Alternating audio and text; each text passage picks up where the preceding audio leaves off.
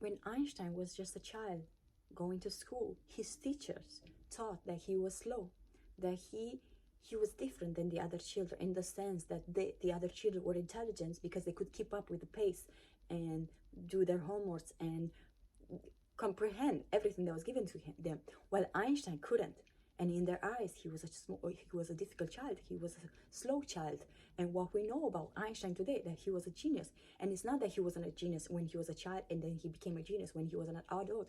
No, he was always a genius. That's why he couldn't keep up, right, with the pace of the world. Because the rhythm of the world, a lot of time, right, it's mechanical. It just moves so fast, and it doesn't allow you to internalize the information, it doesn't allow you to contemplate, to be in a state of wonder, which is the state where all wonderful things come to life, all genius and the great works that we have today, right? And he was a genius, but because they wanted him to move at a certain pace, right, he couldn't do it.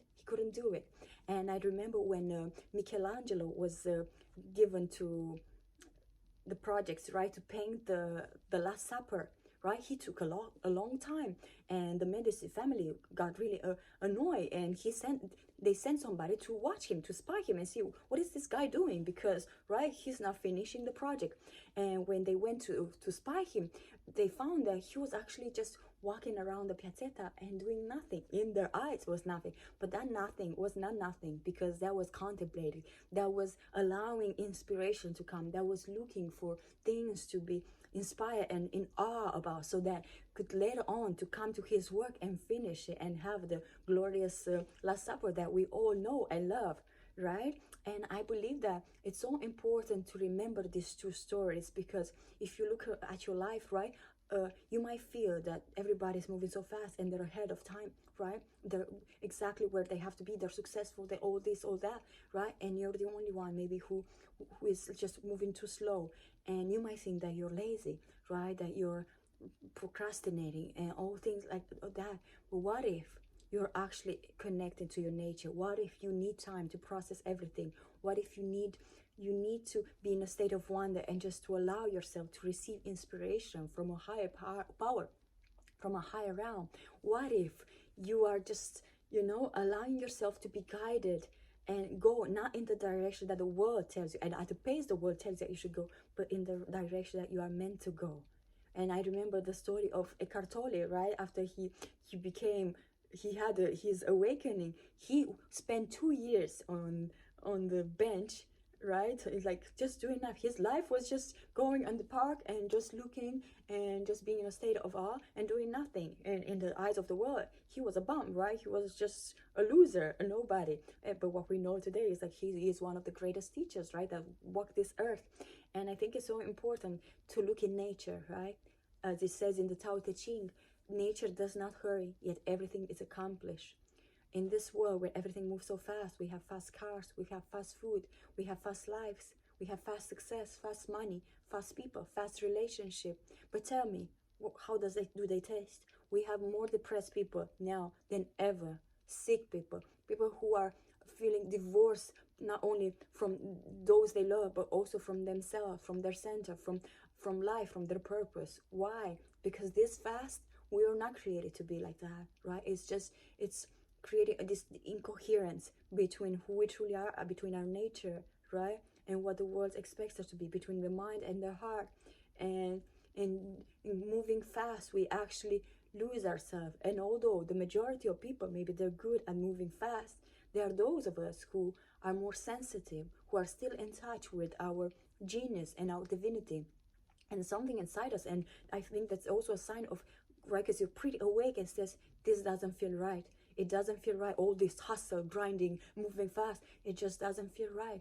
And you might think, hey, I'm a loser. I don't know why I can't make things happen. But what if you're never meant to make things happen the way the world tells you that you should? And what if you are meant to just honor your pace and honor what you are feeling in your heart and honor your nature and just return to yourself and ask, hey, what is it that we want? What is it that we came here to do? What is our pace? What is our nature?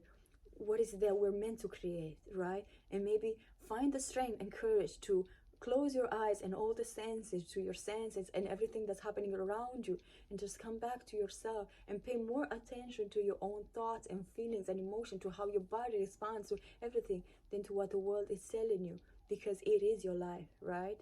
And if you do what the world is doing and go at the pace of the world, right, you will end up feeling depressed and disconnected and alone, and maybe you're already there. But guess what? You don't have to stay there. You can come back. No matter where you are, no matter how low you fell, like as the saying go, if you fell and you're at the bottom of hell, that's good, right? Because the only way is to go is up, right? And you haven't lost anything. And it's so important to look at your life and be honest with yourself and say, hey, I can't do what other people are doing, and not perceive that as a failure. Because Einstein, right, in their eyes, he was a failure. Michelangelo, right, in their eyes, he was lazy. What is this guy doing?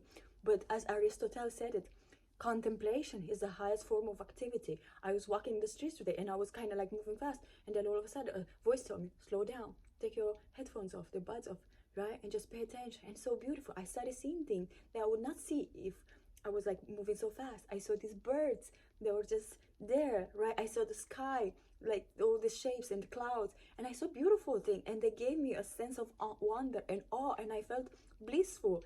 And although the world tells that you need a lot of stuff in order to feel that, trust me, I had a lot of stuff, and it didn't give me the peace and the contentment that small moments like those give you, right? Not to say that material things are bad, no, because they make our life more comfortable and beautiful, right? But just I feel like to start to question what the world told you and what you know, right, from all the programs and all the beliefs and how you were raised, and just maybe say, hey, what do I know? And trust that your intuition, your inner spirit, your heart will tell you, right? And the answers will come to you. But you just have to slow down and listen. So I wonder, can you do that for yourself today? Try it. You might like it.